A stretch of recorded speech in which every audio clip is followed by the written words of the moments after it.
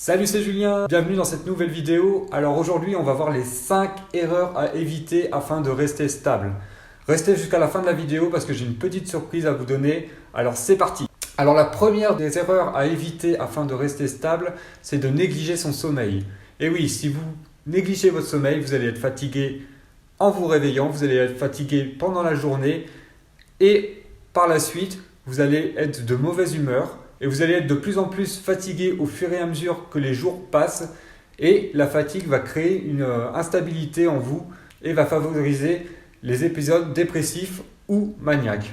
Alors pour éviter cela, prenez des bonnes habitudes, évitez les écrans 1 à 1h30 avant d'aller vous coucher, pratiquez une activité calme, c'est-à-dire de la lecture, de l'écriture, de l'art, de la peinture, ce que vous voulez, mais quelque chose de calme et allez vous coucher sans vos écrans, sans votre téléphone, sans votre ordinateur. Mettez-le en mode avion ou éteignez-le carrément, mettez-le dans un coin de la pièce, ça sera nickel.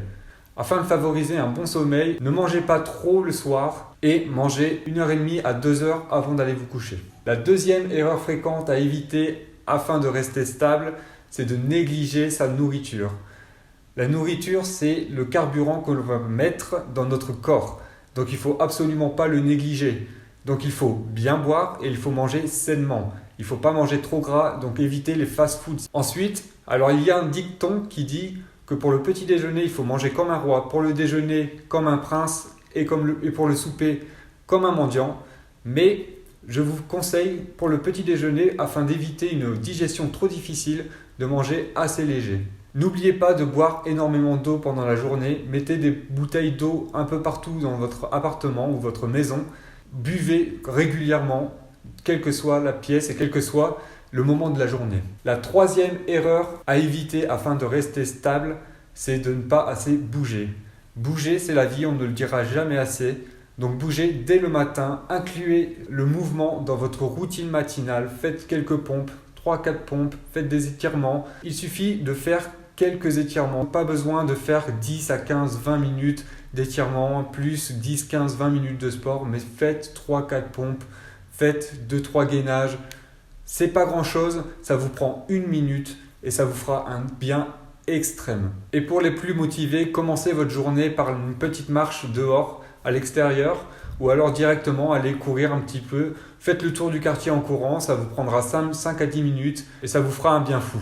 La quatrième erreur à éviter afin de rester stable, c'est de négliger l'observance de ces médicaments. Si vous oubliez votre traitement un jour sur deux, vous risquez fortement de retomber dans une phase maniaque ou dépressive. L'observance des médicaments, c'est-à-dire la régularité de la prise de votre traitement, est hyper importante. Alors prenez votre traitement. S'il y a des effets secondaires qui sont trop importants, parlez-en à votre psychiatre. Il va vous aiguiller, il va changer votre traitement, parlez-en lui au maximum, décrivez-lui au maximum tout ce que vous ressentez afin de trouver le traitement qui vous convient parfaitement. Et la cinquième et dernière erreur à éviter afin de rester stable, c'est de se comparer aux autres. Chacun est différent et chacun a sa propre vie.